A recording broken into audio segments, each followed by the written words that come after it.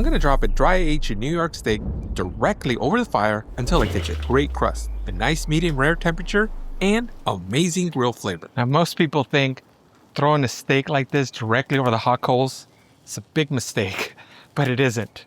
And you're gonna see why this method actually makes a pretty good steak. This is not the kind of cook you want to leave unattended. This is an active cook. No beer runs right now. Hopefully, you have a hungry friend nearby that you can send instead. After about 2 minutes, it's time for the first flip. I'm gonna warn you right now, it's not gonna look pretty. When you flip it over, you might see an uneven sear and a few coals stuck to the steak. That's completely normal. A few coals will stick when you flip it, just brush them off or shake off any charcoal that sticks. And the sear, it's gonna get better with each flip. While the steak is cooking, I'm also gonna make a quick fire roasted salsa alongside of it. Throwing the ingredients right on the coals is my preferred method for making fire roasted salsa. You get a ton of flavor doing it this way. If you know, you know. As you see, I skewer the peppers for easier flipping and removal, along with some Roma tomatoes and an onion. Garlic would have been great here as well, but I always cover it in foil before placing it on the fire. But let's not let the salsa distract you from the steak. Look at me, jumping right into the action without talking prep. Let's backtrack for a moment and talk about how we got here. I started with 2 New York strip steaks that are about 1 inch thick. With thicker steaks, you might get too much char before the inside cooks through, and anything thinner, you're gonna cook too much before you get a good sear. 1 inch seems to be the right thickness for this. I only seasoned this steak with some kosher salt. Any other spices that you would put on here are just gonna burn instantly at these hot temperatures. It's a simple enough procedure to go ahead and add more seasoning after the cook. If you wanna add pepper or even a compound butter at the end, well, you're not gonna hear any complaints from me. Be sure to salt both sides and the edges. And that was it. You can let this brine overnight for deeper salt penetration. I use about a half a teaspoon of kosher salt per pound of meat. I also added a little avocado oil to the steak before cooking. I promise you though, you're not gonna miss the seasoning. Cooking your steak directly over the coals like this, it's gonna impart some wonderful charcoal smoky flavor. And since we're talking about coals, you absolutely want to use lump charcoal for this cook. Do not use regular charcoal briquettes. I would also avoid using lighter fluid altogether. If you don't completely burn it off, your steak is going to taste like chemicals, especially by placing your steak right on the coals. But once you light your lump charcoal, let it ash over, and once these coals are nice and hot, you are ready to cook. And now, back to our steak cook.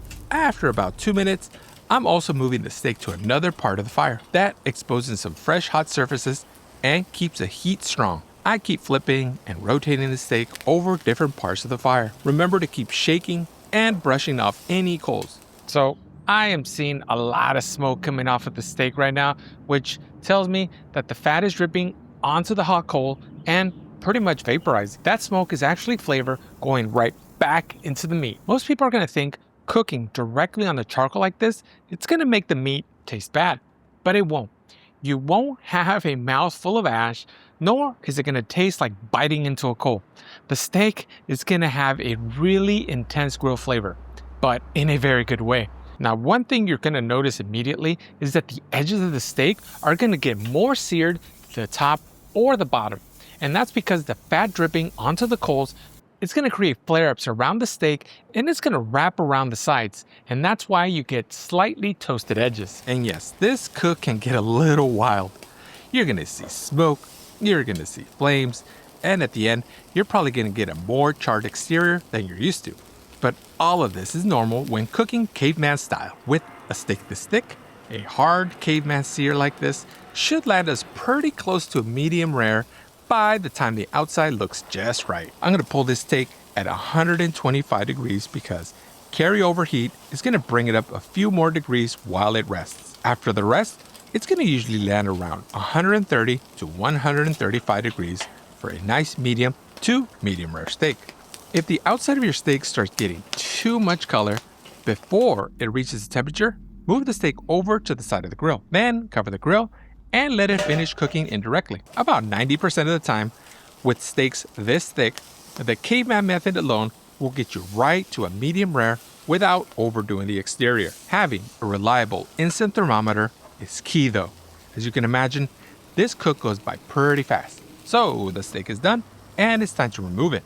We're also going to pull all our salsa ingredients off the coals. Before blending the salsa, make sure to remove the charred skins from the tomatoes and the peppers. Even though the steak is done, we still have a lot of charcoal left on this grill. So let me show you how versatile this method can be. I'm placing a cast iron pan right over the coals, and I filled it with avocado oil. The oil has a high smoke point and can handle these temperatures. Don't use your fancy olive oil here. Once the oil is hot, I'm dropping in some sliced peppers and onions. These are going to pair perfectly with our steak. This hot pan here should just really get the gears in your head moving. What if instead of peppers and onions, you give your steak a nice butter rosemary bath at the end? You know what? I'm going to give that a try next time. Once the peppers and onions are cooked though, I'm going to move them over to the cutting board. Now I'm going to drop in a little butter right on top so it melts over the peppers and onions. Then our rest of the steak goes right up on top. Would you look at that? Let's slice. Whatever steak juices I get are gonna mix in with the onions, peppers below. How perfect is that idea? This steak has a beautiful medium rare steak with an awesome crust. First, let me try a bite of the steak by itself. All right, I'm gonna cut it in half. Give it a quick taste. Wow, that is seriously good. Then I looked over the grill again, and then I realized we still have plenty of hot charcoal left. So I figured, why not heat some tortillas right over the coals? And I think you already know exactly where this is gonna go. Let's build ourselves a steak taco. Start with one of those hot tortillas, add a few slices of steak, some peppers and onions, and finally, a spoonful of that fire roasted salsa. All right, let's try this taco. A little bit more salsita. Cheers. Yeah, that works. That is good.